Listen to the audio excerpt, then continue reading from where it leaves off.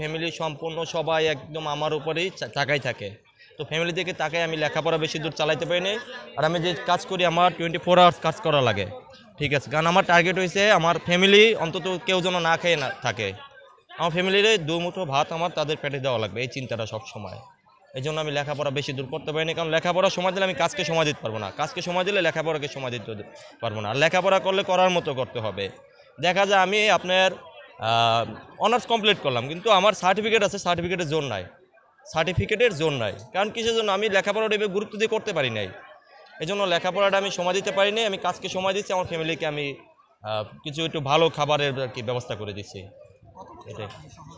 আমি ঢাকায় আছি 2 বছর হয়েছে, কিন্তু এর আগে আমি কাজ করছি নিজ এলাকায়। আমি বিভিন্ন জায়গায় বিভিন্ন দোকানপাটে থাইকা আমার ফ্যামিলি আমি চালাইছি, বুঝতে পারছেন।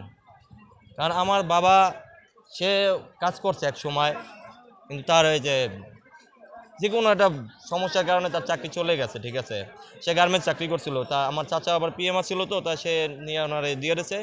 তো তারে আবার তার যে কোনো কাজ হয় না, প্রতিবন্ধী মানুষের কী কাজ করবে, এই জন্য তার চাকরি চলে গেছে। এখন আমারই সব কিছু চালাইতে হয়, বুঝতে পারছেন। না, ঈদে বাড়ি যাওয়া হবে না। ঈদের টার্গেট আছে আমার কাজ করার আর কি, কাজ করে কিছু টাকা পাঠাবো, এই টার্গেট আছে। করা হয় না, কারণ আমার স্যালারি অনুযায়ী তো আমার পরিবার চালাতে হবে। এখন এবার আমার পরিবারের জন্য কিছুই কিনতে পারি নাই, তবে ইচ্ছা আছে। কিন্তু একটা কথা আছে কি, শখ আছে সাধ্য নাই আমার, বুঝতে পারছেন। কারণ পরিবারে বড় ছেলে আমি, আমার বাবা হয়েছে শারীরিক প্রতিবন্ধী। এখন সম্পূর্ণ ফ্যামিলিটা আমার চালাইতে হয়।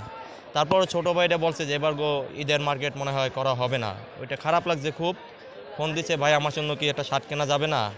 এখন চিন্তা করতেছি যে ওর জন্য শার্ট কিনবো।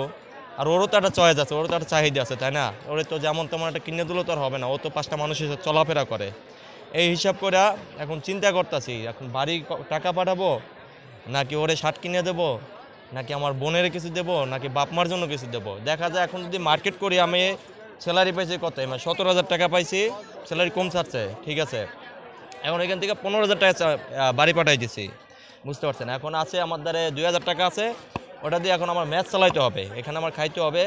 এখন টার্গেট আছে ঈদে একটা ডিউটি করবো, ঈদে ডিউটি করে যদি ওইখান থেকে কিছু টাকা পাই তাহলে বাড়ি কিছু পাঠাবো।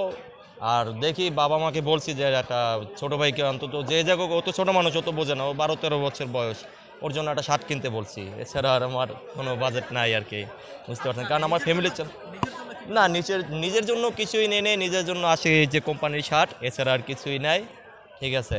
বলতে আমার লজ্জা করতেছে, তারপর আমি বলতেছি, আমার মনের কথা বলতেছি, ঠিক আছে। আমারও মন চায় যে আমার ফ্যামিলিটাকে আমি বছরে একবার একটু কিছু কিনে দেই বা কিছু কেনাকাটা করে দেই, ঠিক আছে। কিন্তু আমার ওই যে শখ আছে, কিন্তু সাধ্য নাই, বুঝতে পারছেন। এই যে চোখের দেখাটাই দেখতেছি, মন চায় কিনে দিতে, কিন্তু পারছি না, বুঝতে পারছেন। আমার নাম অনিক। দেশের বাড়ি বরিশাল পটুয়াখালী, গলাচিপা থানা। পড়াশোনা আমি বেশি দূর করতে পারি না, আমি ইন্টার পর্যন্ত পড়াশোনা করছি। কারণ আমি ফ্যামিলি চালাইতে হয়, 1 2 হয়েছে গিয়ে